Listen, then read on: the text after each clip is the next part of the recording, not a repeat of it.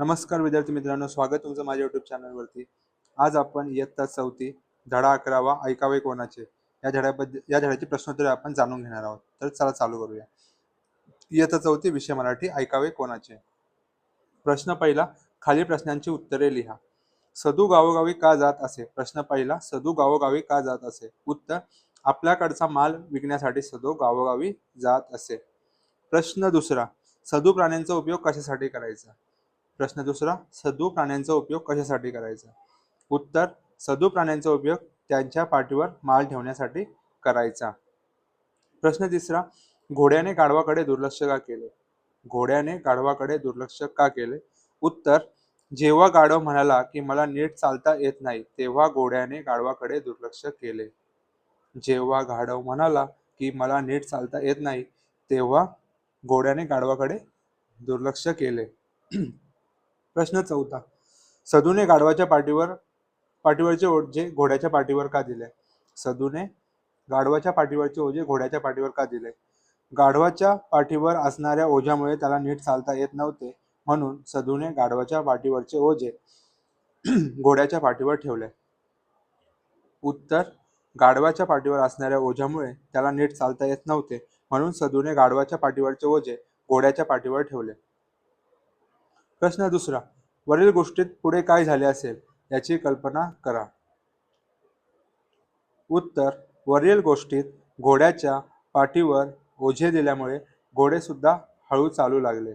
ओझ्यामुळे त्याला नीट चालता येत नाही, मग तेही दमून एका जागी बसले।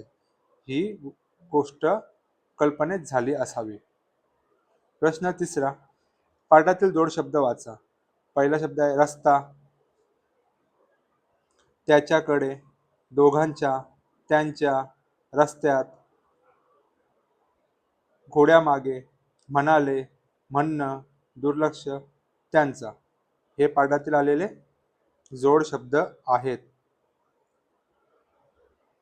प्रश्न तिसरा, पाठातील जोड शब्द वाचा। आता पुढे प्रश्न चौथा, शेतीसाठी प्राण्यांचा उपयोग कसा होतो? याविषयी 4 ते 5 ओळीत लिहा। शेतीमध्ये प्राण्यांचे विविध उपयोग आहेत। उत्तर, शेतीमध्ये प्राण्यांचे विविध उपयोग आहेत। बैलाचा उपयोग शेत नांगरण्यासाठी होतो।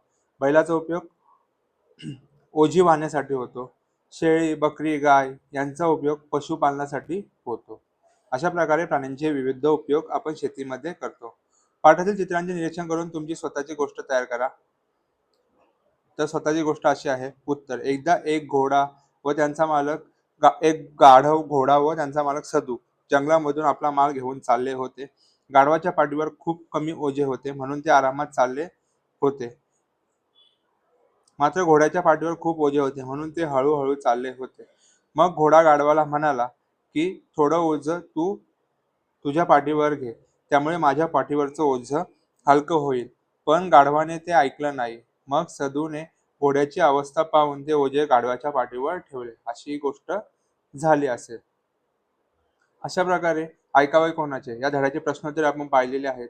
तुम्हाला व्हिडिओ आवडल्यास आपल्या चॅनेलला लाईक करा, शेअर करा, कमेंट करा, सबस्क्राईब करा आणि बेल आयकॉन दाबायला विसरू नका। आणि सबस्क्राईब करून जास्तीत जास्त मुलांपर्यंत आपले व्हिडिओ पोहोचवण्यास मदत करा। धन्यवाद।